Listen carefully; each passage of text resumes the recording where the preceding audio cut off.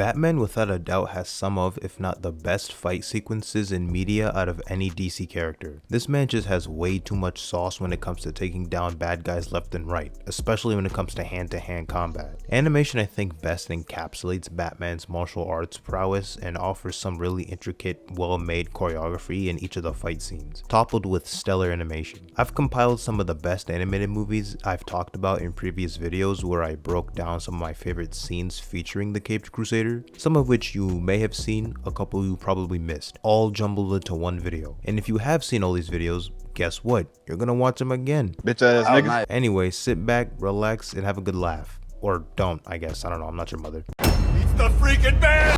Alright, so we all saw the main story for Suicide Squad Kill the Justice League, right? Garbage. Absolutely makes no sense. I mean, the squad would get wiped out in seconds by any of the League members. 0 out of 10 story. But the power of underdeveloped friendship and plot armor will always prevail at the end of the day. But what if I told you nearly 10 years before this game came out, there was this animated movie titled Batman Assault on Arkham that was essentially a Suicide Squad movie. Batman's just in the title for marketing purposes, I guess, but he's not the main character. It is quite frankly a Suicide Squad focused story. And the interesting thing about this film is that it was initially supposed to take place in the Batman Arkham Game Universe, specifically set before the events of Batman Arkham Asylum. The movie takes place, I would say, maybe 2 years before the first video game, which is Arkham Asylum. So all the events that happened that the players have played in the video games are actually 2 years later. In the context of the latest game by Rocksteady, I guess the movie's events wouldn't be considered canon anymore due to the fact that, spoilers for a 10-year-old movie, I guess. I would highly recommend watching the film. It's pretty solid in my opinion. King Shark's head gets blown up and it's pretty evidently clear that Deadshot probably shot Amanda Waller at the end.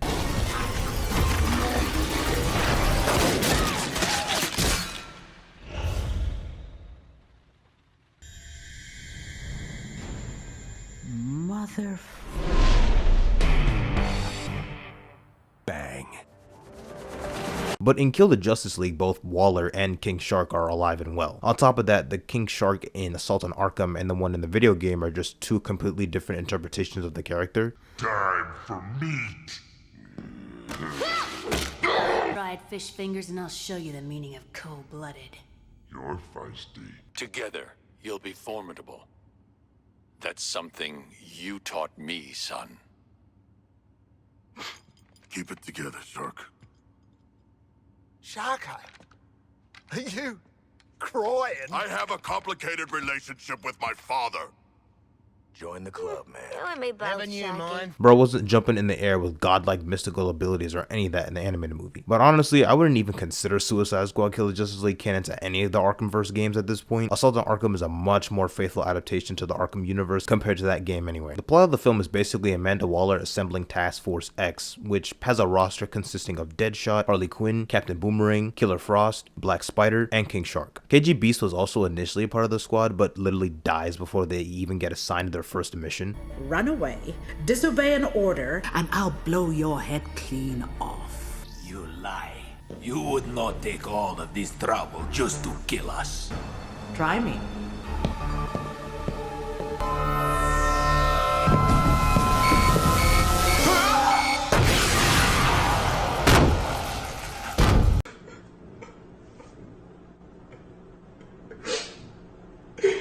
This nigga is trash. Waller assigns the squad with a mission to break into Arkham Asylum with the sole purpose of retrieving a thumb drive located inside the Riddler's cane. This thumb drive contained very sensitive information on everything about the squad and Argus. Throughout the events of the film, Batman Loki is just in the background doing his thing and notices some pretty suspicious activity with Harley essentially allowing herself to get caught so she could end up in Arkham, and notices how the security footage is being looped to conceal the actions of the squad. And this movie pretty much shows what would have and should have happened if Arkham Batman in particular ever came into contact with the Suicide Squad. He doesn't just embarrass him, I mean this man straight up mollywops these fools. It all started when the squad pulled up to a warehouse in Arkham which stores a bunch of weapons from Batman's rogues gallery. As they are searching for a Riddler's cane, Batman had already pressed L2 plus triangle, gliding down to give King Shark a taste of his new Wayne Tech boot armored Air Forces. custom made by Lucius Fox. This man Bruce wastes no time and starts giving King Shark a nasty 4-piece combo like he about to order a family menu from Popeyes. Killer Frost essentially alerts the squad. It's the freaking band! And they're all in shambles, especially Boomerang and Harley. Just look at them. They look like they just saw that leaked Drake video for the first time. Batman over here doing tryouts to be a certified Weave Nation member, ducking Shark's attacks left and right. You see this dude single-handedly dodge Deadshot's gunfire and put that boy down in seconds. Now here comes Black Spider, alright? He's the martial artist of the group and he was giving Batman that work. I ain't even gonna lie to you. Trading blow for blow, you're like, oh, okay, damn, he nice with it. But Batman done grabbed his leg and gave this man some nasty CTE. And dog, this dude Captain Boomerang missed so badly with throwing his boomerang, he accidentally hit Black Spider in the face instead of Batman. Look at his face, just sheer disgusted at how one can be this sorry. Of course, Batman manages to dodge all of Boomerang's throws. And look at the way he weaving though. I ain't know my goat Bruce was built like that. They need to put this man on Dancing with the Stars with those moves. Once Batman caught his hand with a bat claw, it was straight up raps for Boomerang. There was absolutely no need for him to flex like this because he goes out of his way to do a front roll, get on top of the crate, and pulls Boomerang with the sheer force of God himself. Look at Boomerang's face. He knows he's cooked. Batman finishes with a mean uppercut that had Boomerang in the air like... Ooh, that brother's floating in the air. And I'm honestly shocked Harley thought she could take him after seeing the whooping that Boomerang had just had to endure. She over here running towards him with all this confidence. Like, listen to the sound she's making while she's running at him. If Batman ever gives you this look during a fight, just pack it up, sis, you're done. As per tradition in the Arkham series, Batman just yeets Harley with little to no effort.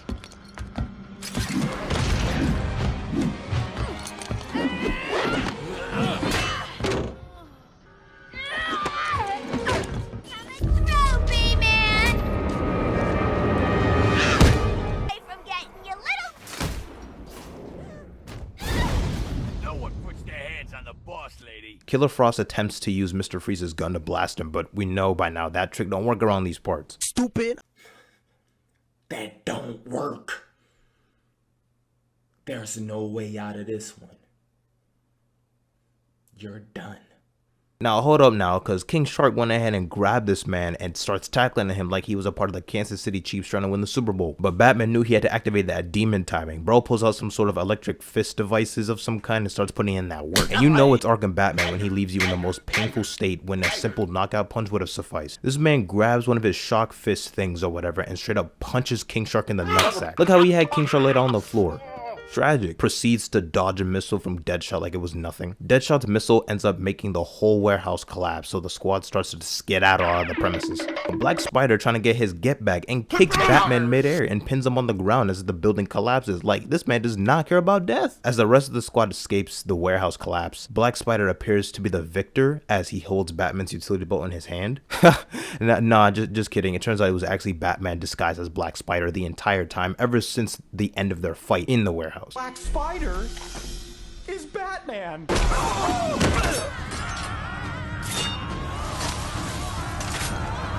Yes, he went to seven. Oh, DD. Oh, what it is. Oh, DD. What it is. So yeah, that's definitely a more accurate depiction of any encounter between Arkham Batman and the Suicide Squad, as this version of the character has continuously, time and time again, just manhandles these villains that are just as, if not more powerful than the squad members themselves. It's over, Slade. What are you?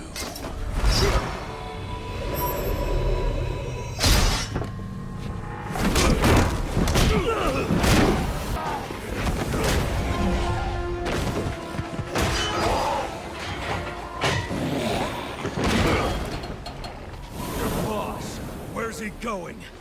You gone!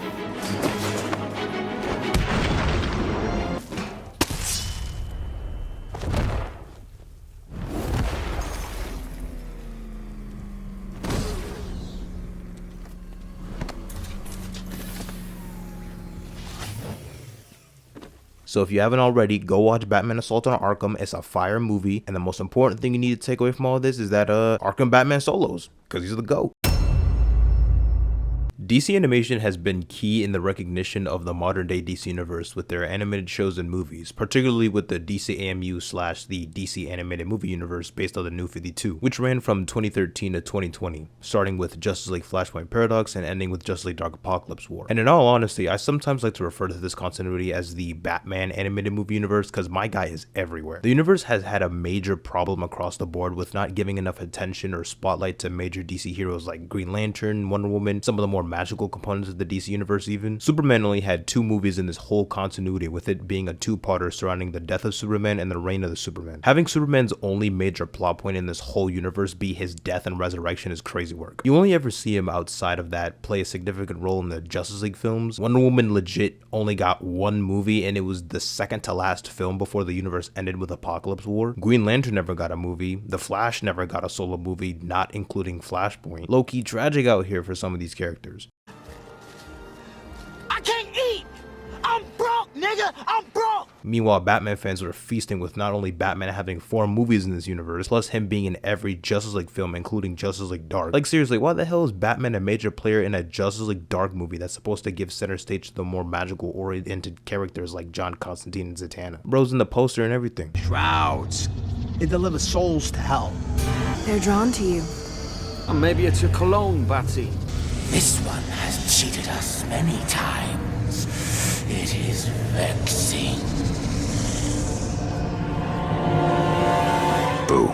And to add some dessert to the all-you-can-eat animated Bat buffet, Batman was also getting a bunch of Elseworld / standalone animated movies releasing alongside the DCAMU, like The Killing Joke, Gotham by Gaslight, Batman Ninja, Batman Soul of the Dragon, and the list just goes on and on. Many of the major character arcs and growth center on the Bat family, specifically with Damian Wayne's character as Robin, as you see him transition out of his pre-established character traits as a brat raised by the League of Assassins. There are a total of 16 movies in the DCAMU, and Batman has somewhat of a role in 12 of them. Get off that nigga dick, bro. What is you doing? What? No, you right. I was dick riding. That's what I'm saying, bro. You gotta calm down with that shit. Yeah, my fault. Bro, with all that said, this adaptation of Batman is kinda saucy, and he has some of the best action sequences across different mediums. The storytelling does lack in certain areas, but it ain't bad by any means. I mean, you got the whole 9 yards. I'm talking Bat family, being a team player with the Justice League, beating up his own children. This version of Batman and the Bat family is not to be trifled with. The first solo Batman film is Son of Batman, with the introduction of Damian Wayne and Deathstroke as the main villain. Couple of things to note right off the bat: Deathstroke is nerfed as hell and Damian is overpowered. Batman just straight up one-shots Deathstroke when they come face to face, over in seconds, worse than the whooping he got in Arkham Origins.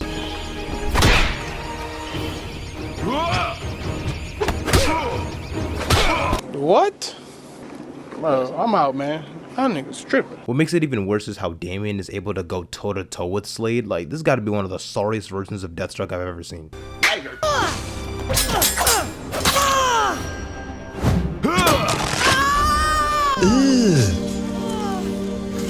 Brother,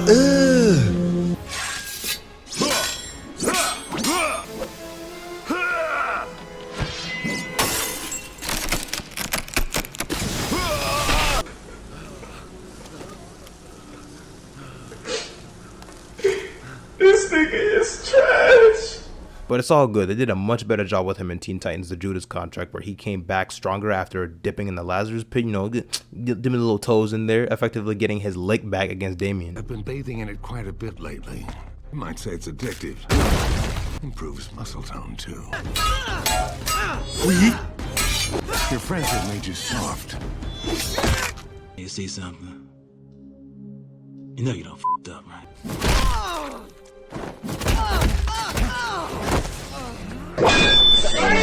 Like I said, soft. Batman vs. Robin is the second film that further establishes the dynamic between Bruce and Damian. Court of Owls are the center antagonists this time around, and boy, the fight scenes that are in this movie gotta be some of the coldest in the entire series. Damian is a straight up fiend in this movie, being one of them badass kids, disobeying orders, being all aggressive and whatnot, thinking all that. A really interesting component of this film is how it incorporates Damian's more brash nature with the character of Talon, who tries to manipulate Damian throughout the events of the movie. To make matters even worse, Bruce was dating some chick named Samantha, who turned out to be the freaking Grand Master of the Court. Like, bro, this man Bruce sure does have a type. Talia al Ghul, Selena Kyle, leader of the Court of Owls, goddamn. After catching Damian interacting with Talon in 4K, Talon skedaddles from the premises as Bruce tries to reason with Damian, explaining how much Talon is just using him in order to get to Batman himself. But Damian not trying to hear none of that and pulls out a battery and talking about some. Now get out of my way before... Before what? Bro, Damian, you're not him. Who do you think you are? I know he felt so cool after saying that, thinking he had some cold line delivery. Batman done moved his hand away like, shut your lame ass up, nigga. And this kid just does not quit. He went ahead and had the audacity to cut Batman's rope as he's grappling away. Oh, nigga! I just know Bruce was tired of this BS. Like, I know this little nigga did not just try that on me. This encounter could pretty much be summed up as a preteen Robin going all out while Batman is desperately trying to beat the abusive father allegations. Bro goes ahead with a jump kick with Batman just bobbing and weaving. It's just so funny seeing Damian try this much while Batman is just not really giving it much thought or care. Throwing smoke pellets and everything. Like, dog, it's not that deep. Bro was just taking the butt whooping a little bit, but he couldn't let Damian get too wild now. Had to show him he's still the main man around these parts. Gonna be breathing out of.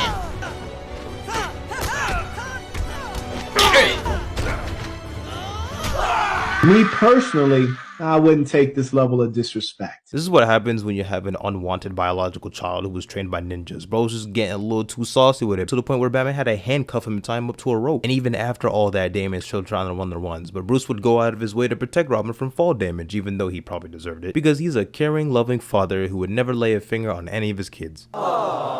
Except for the fact that he just fought Damian for a bit, and the time he fights Dick, and the other time he actually doesn't hold back against Damian, and that other time he smacked Robin so hard it became a meme. But when you forget all that, it's all good and dandy. Unshockingly, going alongside Talon was a big mistake, as once Damian reveals his identity to the court and Talon, Samantha immediately recognizes him and is like, oh wait, that's Bruce Wayne's kid as Robin, therefore he must be Batman. Bruce Wayne's ward. That means Wayne is... Batman. Imagine how deeply we can hurt the Batman. Break his heart and his will by killing this boy. You lied to me. Batman was right. You were just using me. Yeah, no shit, dumbass. An entire army of the Court of Owls raid Wayne Manor and the Batcave, so it was time for Batman, Nightwing, and Alfred to lock in. Had Alfred with the shotty taking out Talons left and right. Batman activating a suit of armor to fight out some Talons. I'm only gonna say this once, you sons of bitches. Get the hell out of my cave. Batman and Nightwing have the ultimate team up against the armada of Talons in Wayne Manor. I swear, the performance was on par with Shaq and Kobe, and further proves you can't beat the classic duo Dick Grayson and Batman. There's gotta be hundreds of these fools surrounding them, but that ain't gonna stop the dynamic duo from showing off and deliver some nasty combos. Batman over here with the mink, and just look at that coordination here. Nightwing with the clean maneuvers, they be doing my boy right. Then boom, akin to DCAMU tradition, Nightwing has to get injured in some way, shape, or form in every single one of these movies for some reason. Drop it at his feet. I'm like, boom, you looking for this? This short fight alone between Batman and Talon further solidified how my boy Bruce got that dog in him. Bro was not out here playing games. Messed with my kid, so this is gonna hurt. I'm gonna enjoy it. You're so cool, bro. I just like... Bro. Them brothers at the animation studio cooked with this one, because the choreography in this sequence is magnificent. Nope. Batman done putting in that work, making Talon look like a sorry ass fighter, talking all that smack and over here getting whooped. But then, you know, it's all looking good and dandy, then boom, bro, Batman was just caught lacking. The levels of disrespect from this man Talon over here kicking Bruce in the face like repeatedly while he's on the ground, and even stomping him with freaking like knives on his boot. Damian unfortunately comes into the nick of time, and they have him, you know, Damian and Talon tussle for a little bit, and ends like well, I guess you can see it for yourself. Don't doubt your instincts. No!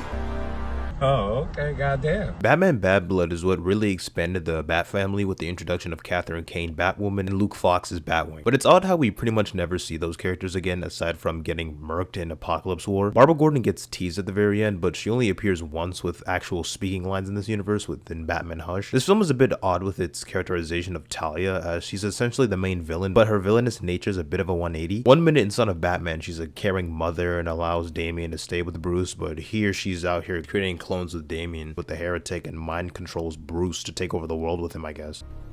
Then you'll break him, And then he'll be ours. Who are you? I'm the product of a program that our grandfather initiated. They used your DNA and put it through a process of accelerated growth. The film starts with Batwoman's introduction, fighting off Batman's villains like Firefly, Killer Moth, Electrocutioner, and some others. Batman comes in to help, but also arrives the heretic who wanted to demonstrate to the audience that Batwoman just ain't built like that. And you rag on me for stealing your look. Batman saving Batwoman's life leads to his supposed death, which sparks Dick Grayson to take up the mantle of Batman for a little bit, teaming up with Damian as Robin. Later on, they end up finding Bruce captured and rescuing him, but Talia had already brainwashed him, so when the Bat family tries to stop her evil plan, Batman is ready to run the ones. Join us or die. Father. I took a deep breath, I looked at my friends, I was like, it's about to go down. Now let's see, we have a bloodlusted Batman versus a version of Nightwing, and where the writers like to finesse him and have him get disrespected one way or another in all of these films. Gee, I wonder who's gonna win. Now at first glance, you're like, yep, it's Raps or Dick, GG, but them having a little tussle at first, somewhat evenly matched, but then Nightwing pulls out his scrimmage sticks, and as he knew it was time to lock in, high-key put in that work. This is the first time I'd see him put this much effort in a fight in this universe, but I mean, who could blame him? He's going up against freaking Batman. They say hard work pays off, because, you know, it seems like things might be going his way with his first major hit on him.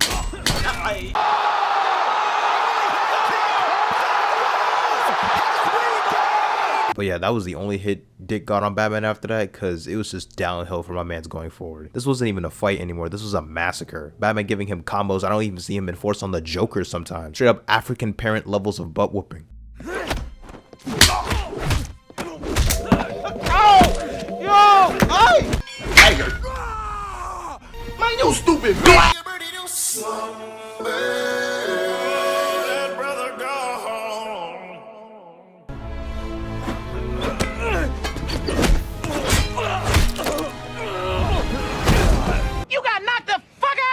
And it's funny how this isn't even the only time Bruce gets brainwashed, with the second time being Apocalypse War, in which Darkseid wreaks havoc across the universe with Superman's plan and attacking Apocalypse and Darkseid failing so badly, half of the universe's heroes were killed or converted into working for Darkseid, with Batman being brainwashed by Darkseid and using the Mobius chair. Evidently, Batman got his leg back against his own son, and this ain't even a fight, it was just a straight up annihilation.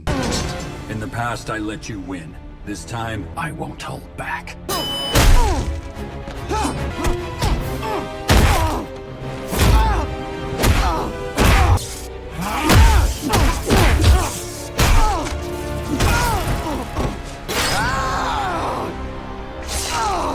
So yeah, we all know Batman's one of the sauciest characters in fiction, mainly due to the amount of exposure and how many adaptations there have been. But I'm gonna need that same treatment for other DC characters. We got regular folk out here thinking Superman's a boring one-dimensional character who's too overpowered. In terms of rating, I'd say this DCAMU Batman has near max levels of sauce when it comes to his visual aesthetic and combat ability. I mean, hey, if they can get somewhat this close to an adaptation of Batman in live action with the Brave and the Bold in the DCU, we might be in good hands. Iconic duos are some of the best elements of any aspect of entertainment, or ways of living like sports, media, and a plethora of other things. Some of the best duos include Mario and Luigi, SpongeBob and Patrick, Shaggy and Scooby-Doo, Bottle of Lotion in Incognito Mode, Woody and Buzz Lightyear, a no woman having Batman Psycho Nerd with a YouTube account. And when it comes to the world of DC Comics, it is filled to the brim with some of the best matchups in fiction. While Batman and Robin is definitely the best and most iconic duo in the realm of DC lore, a pairing that deserves all the love is Batman and Superman. Bruce and Clark are them boys, the literal poster boys of the DC universe and the most iconic superheroes in fiction. When you think of the big three of superheroes, the list will usually consist of Spider-Man and the two GOATs of DC. Their dynamic offers some of the most intriguing storytelling in comics and other media. Nobody should care about the stupid, well, who would win in a fight between Batman with prep time and Superman? Boo! That concept is lame. They're literally homies. Batman, it's really you. Am I missing something? If you don't give proper emphasis to the world's finest, your universe will flop, kind of like that garbage fest that was the DCEU, considering the fact that they weren't that prominent in the universe after Justice League. Not to mention the entire purpose of Batman and Superman fighting in BVS is just completely moronic and nonsensical. Don't understand. There's no time. I understand. Oh, nigga! Hey! Oh. Stay down! If I wanted it, you'd be dead already. You're letting him kill Martha. Save Martha. Ass. Yeah, that was some dog dookie. Let me cleanse out with some peak real quick. A head start. You're getting soft in your old age. Don't you have a tall building to go leap? Ah, see, that was a lot better. It's a shame because we could have gotten some really cool moments, kind of like the dynamic on screen between Iron Man and the best Avenger in the MCU, the GOAT Steve Rogers. Aside from the fact that they had that short little Civil War that one time, I swear when that movie was coming out, Team Cap all the way. There's no other acceptable answer. But the only reason why that movie works in the context of the MCU and why it had so much impact was because we got to see that relationship between Iron Man and Cap build up over the course of a few films prior. So when it came time to deal with the Sokovia Accords, it was like watching the parents get a divorce and splitting up the kids. Imagine if the MCU started with Iron Man, then went straight to Civil War, introducing all the main players for the first time. Iron Man then dies, then comes back in the first Avengers film. Well, it's kind of like what happened in the DCEU. It's freaking stupid. For a short period, DC Animation would pump out consistent bangers featuring Batman and Superman working together, whether that would be in the vein of the DCAU or a couple of animated movies. Superman Batman Public Enemies and Superman Batman Apocalypse were some of the best films DC had to offer in their animation department. You telling me we got a couple of films featuring Batman and Superman voiced by Kevin Conroy and Tim Daly? Peak. It's cinema. Superman Batman Public Enemies had a really unique plot with Lex Luthor serving as the president of the United States, and you even see some heroes working under him, which is problematic since Luthor decided to declare Superman an enemy of the state by framing Superman for the murder of Metallo and convincing the general public that the kryptonite meteor that was approaching Earth was affecting Superman's mind. Does he think anybody's going to believe that? Until some of our top scientists reminded me that Superman's vulnerability to kryptonite can have a psychological component. Approaching meteor is affecting Superman's mind. He's a danger to us all now. He also decides to put a $1 billion bounty on his head, so you see iconic DC villains and other heroes wanting to get in on the action. This in turn manifests some of the best moments shared between Batman and Superman and why they work so well as a duo. You're going to go ahead and meet with them, aren't you? You know me too well. Don't count on me to save you. I won't. I know you pretty well too. What took you? I honestly don't think you'd understand. Lois? Mm-hmm. You're right. It was pretty much on sight when some of these characters encountered Batman and Superman. You had a bunch of ice villains ready to jump Batman, or when Grundy and Mongol were ready to run the ones. Then by drowning it. Wasn't too difficult. I'll have to ask the Joker why he's had so much trouble doing this over the years. Peek under that cowl. Grundy not feel good. Grundy gonna feel a lot worse. Oh snap, they got Lady Shiva in this joint. One of the best hand-to-hand combatants in the DC Universe. Single-handedly gave Batman a hard time in the comics on numerous occasions. I know this fight about to be spectacular. I wonder how Batman will struggle with her.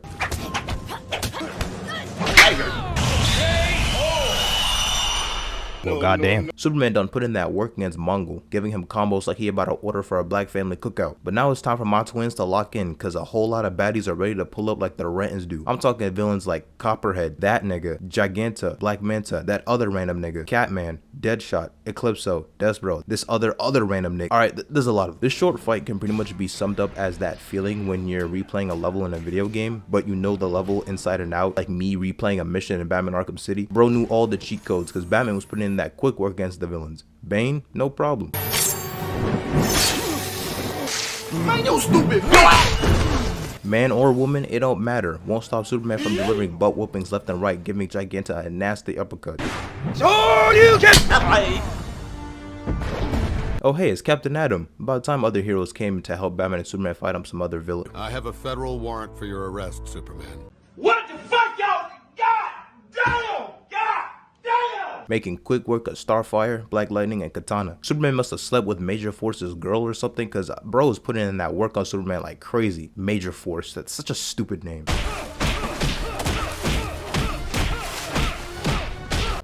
Man! What did he do to make them niggas that mad? But Superman had enough of that BS, started circling around the perimeter like he about to turn back time like it's a Christopher Reeve Superman movie. Notice how I said Reeve, not Reeves? Stop saying Christopher Reeves, okay? There's no S at the end. Bro, Boot Gang out of there, leaving nearly everyone there folded up. Just when things were dying down for a little bit, Captain Marvel came swooping in ready to take on Superman, fighting for his life out here piecing him up. Batman and Superman do a nice little combo attack with Superman throwing Captain Marvel into the air while Batman fires a missile at him. Superman Batman Apocalypse is another banger that takes place after the events of Superman Batman Pulp public enemies, focusing on the introduction of Supergirl and also Batman and Superman teaming up with Wonder Woman to defeat Darkseid and Apocalypse. This is also the same movie where my goat stood on business against Darkseid in order for him to undo his mind control on Kara. It's over, Darkseid. Even you must realize the folly of being a king without a kingdom. The Hellspores. They've been activated. You're bluffing. Omega Lambda 7 XL9. That sounds like a bluff to you?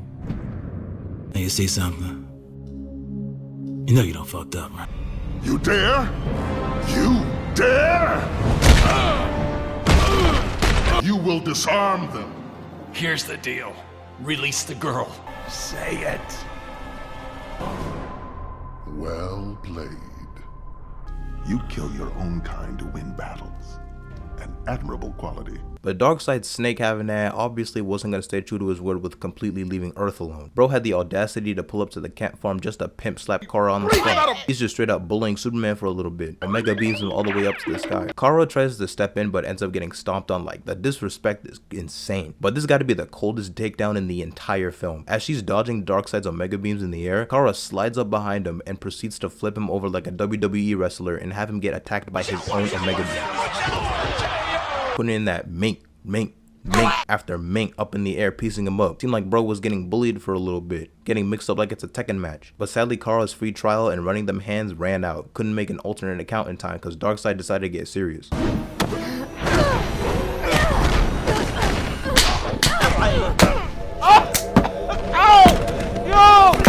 Cooked her up like a rotisserie chicken on Thanksgiving with his Omega beam. But luckily, Superman came swooping in after getting a little tan from the sun in space. Superman tries to check up on Kara, thinking things were sweet out here, but he not trying to deal with any of that Darkseid's nonsense. Clark then got underground thinking he's Naruto from the Chunin exams, fighting Neji, but instead of a nasty uppercut, he brings out a whole chunk of the ground. And now Superman is a whole stand user, Star Platinum edition, giving Darkseid the beatdown of his life. And this man Darkseid got messed up, my goodness. Somebody get this man some moisturizer on the double. His stupid ass gets sent to a boom tube and learns that the super duper cousins should not be trifled with. You see all that excellence y'all just endured? Compare that to the DCAMU where Batman and Superman tussled for a little bit in Justice League War, where they inevitably work together and you're told they're friends throughout the universe, but you barely see them interact and share any significant screen time together. You see bits and pieces of their dynamic in the Tomorrowverse, but it's just not the same, you feel me? The DCAU is probably the best when it comes to the total amount of screen time the two characters share with one another. Literally the only thing I wasn't a fan of with their first interaction between Batman and Superman in the Bruce Timm DCAU was Batman having a very short relationship with Lois and essentially cucking Clark. Like, why you gotta do my boy like that, man? Aren't you the famous Lois Lane? Oh! Mr. Wayne? I read all about your adventure on Air Force One. Maybe we can discuss it over dinner, if you're available. Don't worry. I'm taking Lois quite seriously. Besides, it seems to me you had your chance. Come on now, dawg.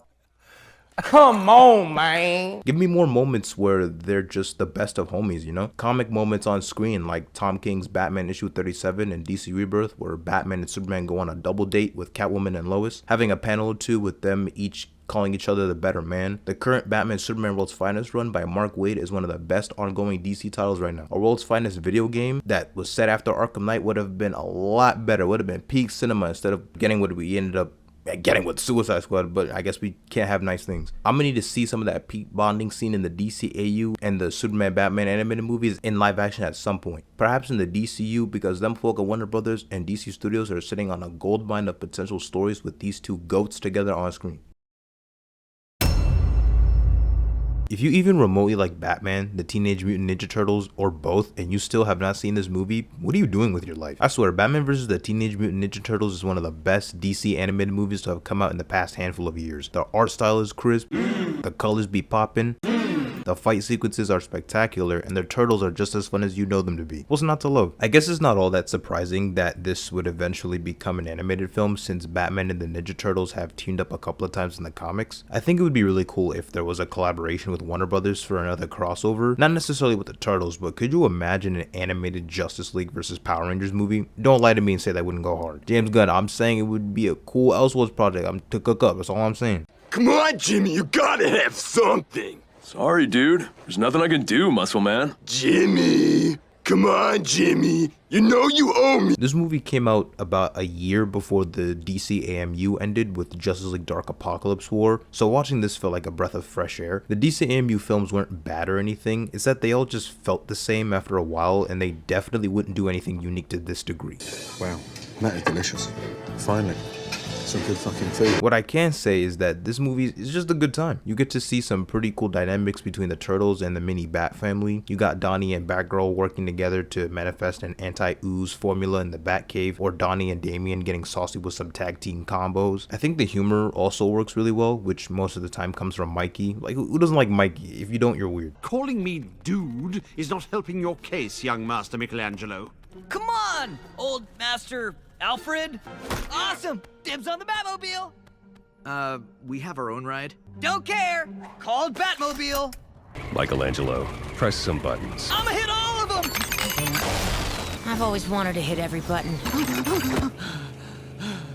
You see Batman mollywopping some members of the Foot Clan as they were partaking in an attempted robbery of Wayne Enterprises. Next thing you know, Shredder pulls up with a dramatic entrance, and as soon as both him and Batman locked eyes, it was on sight. Shredder wastes absolutely no time. He was on a mission. Batman was taken aback a bit by this, and I hadn't watched a Teenage Mutant Ninja Turtles cartoon in a while, so I done nearly forgot how cold Shredder really was. Bro is about straight business, no games. But Batman knew it was time to lock in, throwing every projectile which does absolutely nothing, so it was time for the next best thing. Straight hands, no nonsense. Going blow for blow and wanting Shredder to have a free sample trial taste of metal pole. I know that CTE went crazy. This man's leg movements are too clean. Straight up grabs his head and flips him over his right leg. Bruce must have done a movie marathon of the MCU, thinking he was Captain America from the Winter Soldier, going in with a front kick in the air. He then gets a good little whiff of some concrete, but Shredder couldn't believe his eyes after Batman breaks off the blades from his gauntlet. Look at his face. He like, damn, these were designer blades straight from Louis Vuitton. 10 seconds of disrespect, hits him with a front kick only to break off some more blades again and flip him next to a computer system. He didn't even let him get up. He said, sit your ass down. But Batman was caught lacking again because Shredder started to put in that work. He proceeds to tag Batman in the throat only to end up getting kicked off the railing.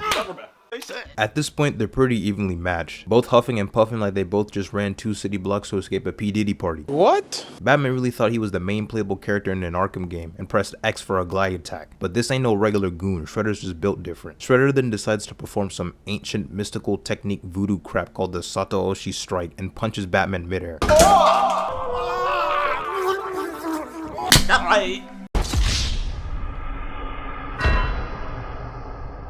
Batman, what the hell you doing, bro? Get up, bro. Please, bro. Come on, Batman. Get up. Get up, Batman. Get up! Yo, come on, get up. Oh my god. It's alright though, he finna get his leg back. The goat always comes back on top, we chillin'. After dealing with some henchmen, the 4 turtles just so happen to stumble upon the Batmobile in all of its sexy glory. And just like I wanted to do when those GCPD officers were taking pictures next to the Batmobile in Arkham Knight, Batman pulls up to him telling them they too sweet out here and need to get their lame ass away from his whip. I'm not even sure if it would be fair to call this encounter a fight in all honesty. I think annihilation would be more fitting. Thinking he might have some connection with Shredder, Raph comes in barging in and can't even land a single hit on the man. Batman kicks Raph so hard he starts rolling towards Leonardo like a Beyblade. Beyblade, Beyblade, let it rip! Nice throw! Take him down. We need answers. You're welcome to try. Leo starts with a smooth weave, but that immediately gets negated with Donnie's fumble.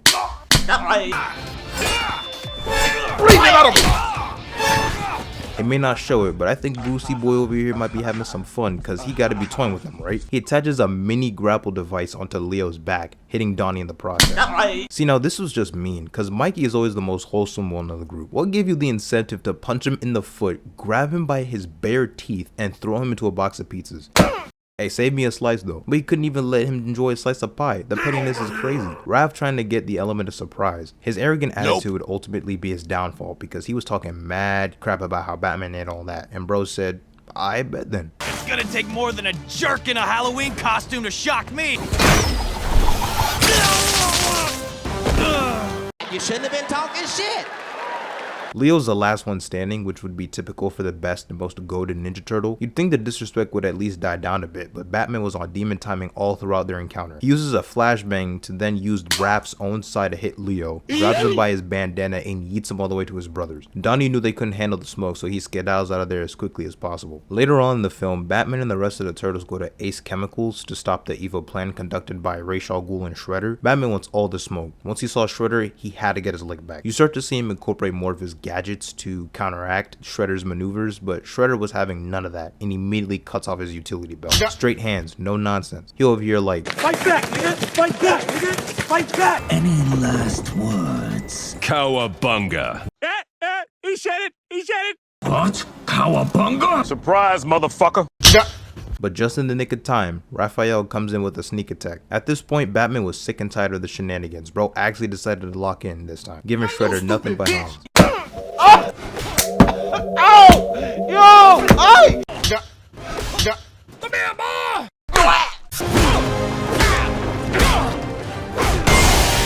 This animated movie is just a certified banger. There's absolutely no reason to not watch this movie. I mean, you got Batman eating pizza with the Ninja Turtles. What else more could you want? Wait. You can't leave now. It's pizza time.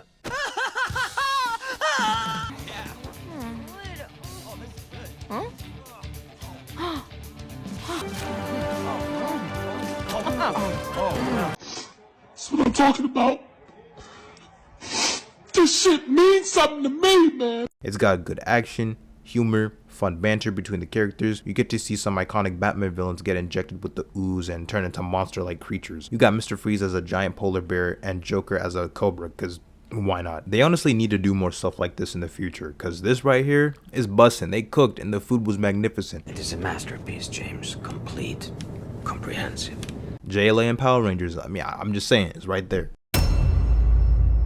Before you hop on my nutsack, I was sick when recording this next video, so if my voice sounds really weird, that's why. Anyway, back to your regularly scheduled programming. There were absolutely 0 F's given with Batman in The Dark Knight Returns. None whatsoever. This man was still kicking about as Batman, scrapping with bozos of Gotham left and right while being in his mid-50s. Bro was 55 years old being a vigilante.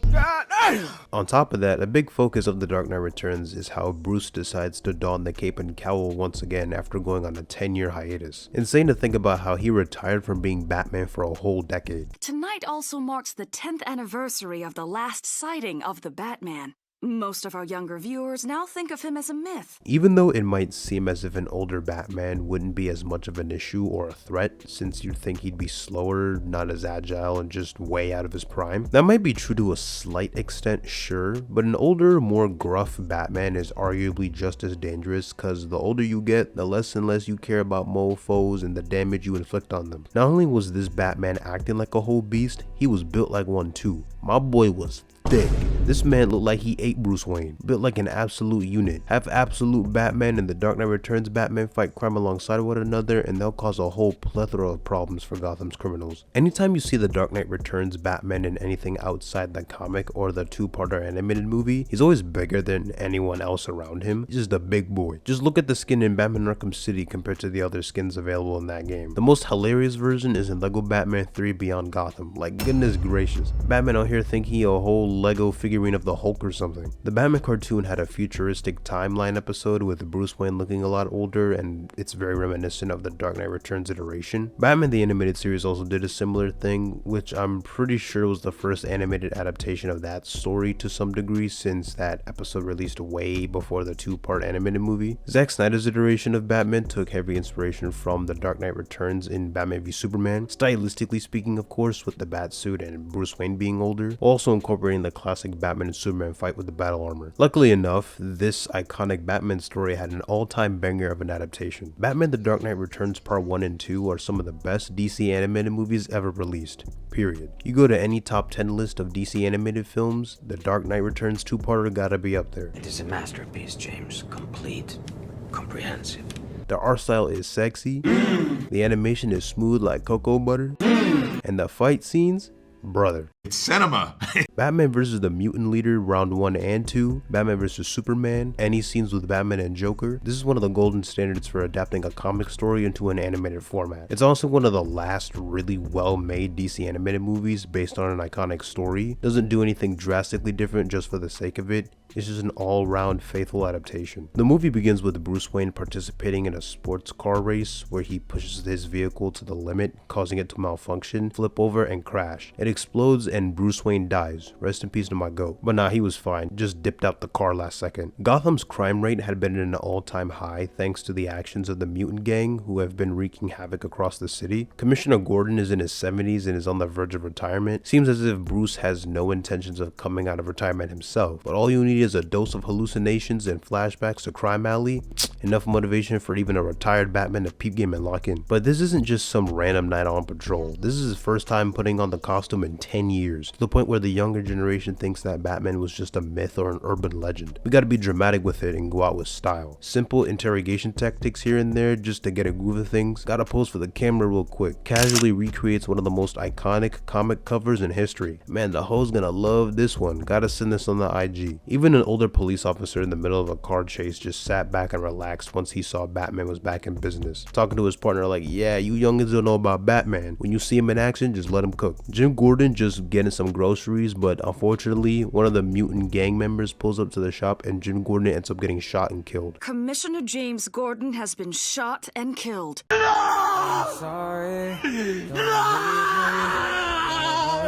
Wait, I'm sorry, I read that wrong. Commissioner Gordon has shot and killed a 17-year-old mutant.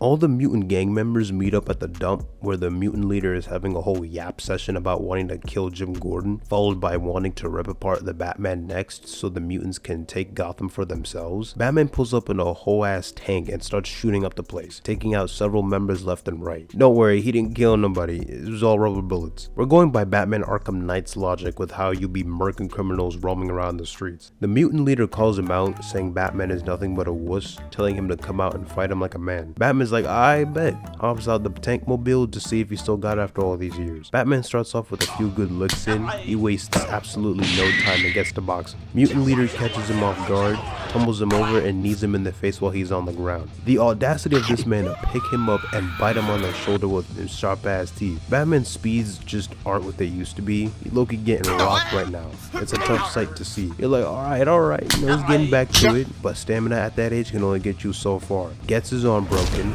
barely makes it out alive, and is only saved thanks to Carrie Kelly playing dress up and pretending to be Robin. Damn, not my glorious king getting laid out like this. He gotta get his leg back in round 2. He cannot get disrespected like this. The mayor of Gotham wanted to have peaceful negotiations with the mutant leader once he was brought into custody after his little excursion with Batman, but the leader ends up killing the mayor in the process once they're in the same room. Then the former deputy mayor becomes the official mayor in the wake of the previous mayor's death. And I just want y'all to take a good look at this man's chin, bro. Somebody please explain to me what the hell I'm looking at. Double chin? Nah, this nigga got a triple chin. Batman orchestrates a plan to have all the mutant members meet up at a specific location with the sole purpose of defeating their leader and forcefully putting their madness to an end. All he needed was a little prep time, realizing he can't necessarily match the leader's savagery 1-to-1, but would rather need to outsmart him. He really starts to get the drop on him like crazy. Got him with that weave 1-2, like they're just going blow for blow right now. You see Batman throughout the fight strategically attack the mutant leader in certain areas, specific cuts above the eye for distraction purposes, or taking into account how much the mud environment would slow him down. That a tickle? That was a nerve bundle in your deltoid. Might not have hurt, but you won't be moving that arm for a while. The mutant leader really thought he was T'Challa for a second here, and outright performs a flying sidekick on Batman. Freaking pimp slapped him, and now, bro, what he does to Batman is just straight up disrespectful. Slow down. Freeze frame. Hey, yo! This is the craziest position I've ever seen Batman in. Bro trying to force all 19 inches of mutant, holding Batman up like he's sorry. It looks like his raps. But from this moment on, Batman would forever lock in and quit goofing around, delivering an all-time level line. You don't get it, son. This isn't a mud hole. It's an operating table. And I'm the surgeon. The rest of the mutant gang is just standing there in shock and awe, with Batman hovering over their fallen leader like, yeah, I'm your daddy now. The switch up was crazy because the next scene immediately jumps to the mutant gang now being the sons of Batman. Batman really turned half of an entire army of criminals into his servants. Unfortunately, Batman's antics gave Joker enough reason to get back on the saddle horse of demon timing, because before Batman came back into the public eye, Joker had been in a catatonic state all this time in a hospital, causing no issues for anyone. But then he heard about Batman on the news and he's like, oh word, my Pookie Bear Batman is back out on these streets? Oh, say less!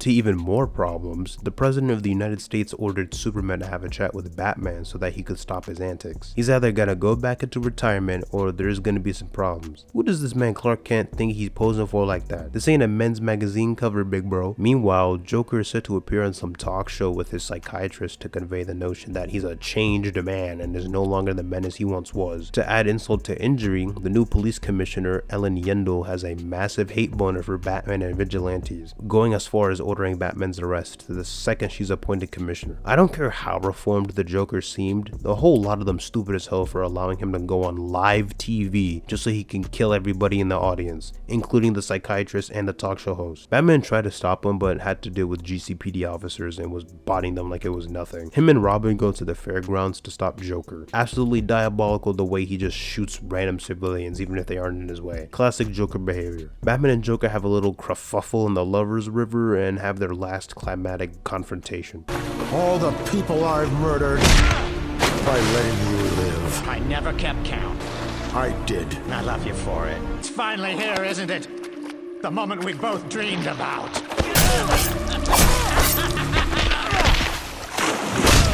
Come on, finish me. I made you lose control, and they'll kill you for it. See you in hell. There had been some political conflict going on between the US and the Soviets in Corto Maltese, where the Soviets launched a missile targeting the area where thousands of US troops were stationed. Lucky for them, Superman was able to stop the missile, but the blast radius ended up weakening him for a little bit, and the blast sent out a massive electromagnetic pulse that took out the power across the majority of the United States. A week passes by, and Superman is mostly fine, but is still not 100%. On top of that, there had been strange weather patterns causing very little sunlight thanks to the blast.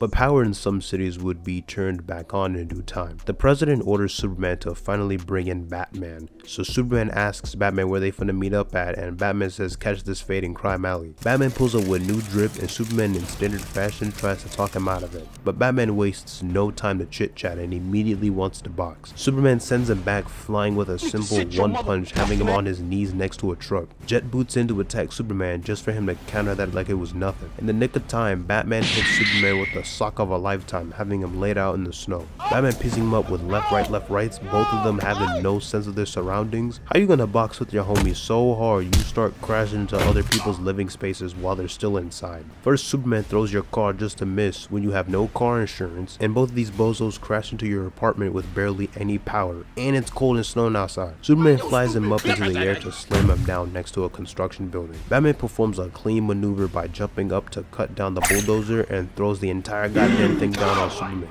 Utilizing his surroundings as best he can, Superman looking like he getting punked out here the way Batman is getting these hits in. But you can tell Superman's not really trying to go all out. He literally grabs him by his bare helmet, and all Bruce can do is just sit there and think, damn, he really about to rock my shit.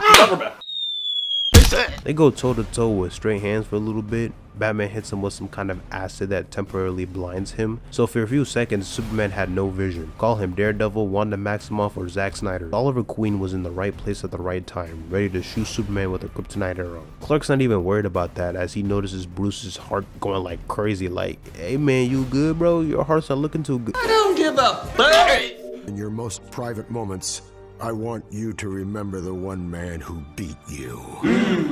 Yes, sir! This nigga's spitting.